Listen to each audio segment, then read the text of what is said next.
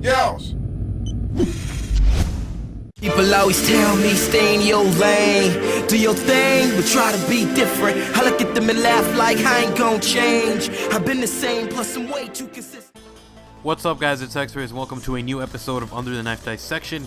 Today we're going to be taking a look at the B23R. It is a pistol in Black Ops 2, and it is a monster, a behemoth of a weapon to use as a secondary. Anyways, before I jump into some of these stats, guys, I also have a dissection of the Cap 40. I'm going to be comparing the two pistols. I'm going to decide which one's better. And if you guys want to see the stats on the Cap 40, all the little breakdowns, go ahead and click on the annotation on screen, or you can go down into the link in the description below, click on that. It'll open it in a new tab so you guys won't have to miss this video. Anyways, now that I got that out of the way, let's jump into some of these stats. First of all, the B23R is unlocked at level 19. This just means that it's one of those things you don't want to waste an unlock token or a permanent unlock token on. It's unlocked at level 19, so it's easy to get. Once you get it, it's a beast. It's a weapon that you're going to want to keep. It's a gun you're going to want to use, really, a secondary. Anyways, so apart from that, the B23R is a 3-round burst weapon. It's actually the only 3-round burst pistol in the game, and it's, you know, kind of like a little bit of a nod to the Rafikas from Modern Warfare 2. You know, it's an amazing weapon, and making a 3-round burst is very unique. Apart from that, the B23R has a magazine size of 15 rounds per clip, or per magazine, whichever one you want to use. And if you pop extended mags in this thing, it actually jumps up to 21 rounds in a magazine. It's not the best, it's not the worst, definitely the worst actually being the TAC 45 with only 13 rounds in a magazine.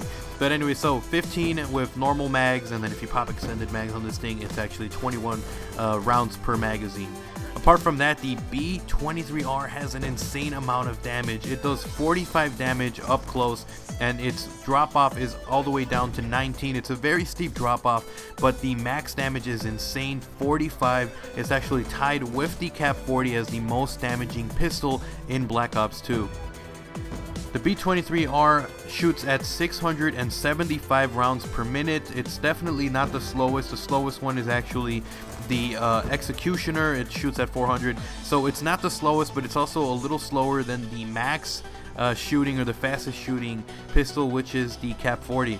The B23R has a time to kill of 0.1335 to 0.4004 of a second, so it actually takes a little bit longer at its max distance. It's actually one of the slowest ones that it takes to shoot, to actually kill someone.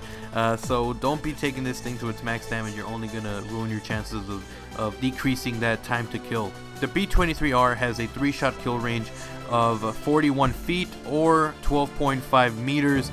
So it is possible for this thing to be a 3-shot kill.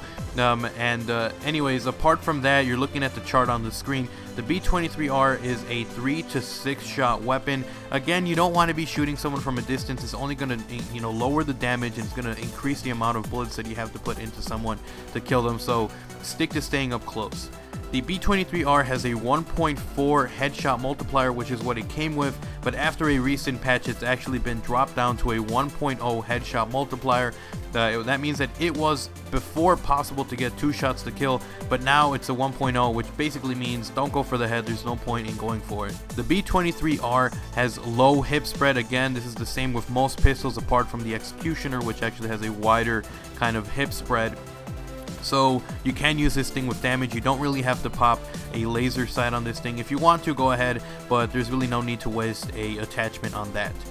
The B23R also has 100% movement speed. All pistols do. This basically just means that you're not going to be affected when aiming down sight and walking. If you have the ghost perk, it's not going to change. If you guys don't know what I'm talking about, link down in the description is going to with a dissection of the ghost perk is going to be there. So in case you guys want to know how movement speed affects how ghost works, go ahead and check that out. Anyways, apart from that, the B23R has a knife speed of 1.05 seconds. So it's actually the same. It's pretty standard among pistols. It's definitely faster than the TAC 45, which has a slower knife speed, but apart from that, it's the same across the board. The B23R has a .13 ADS in and ADS out. It's the same across all the pistols. The only one being a little different is the Executioner and the Cap 40, which is actually a little bit faster at aiming down sight.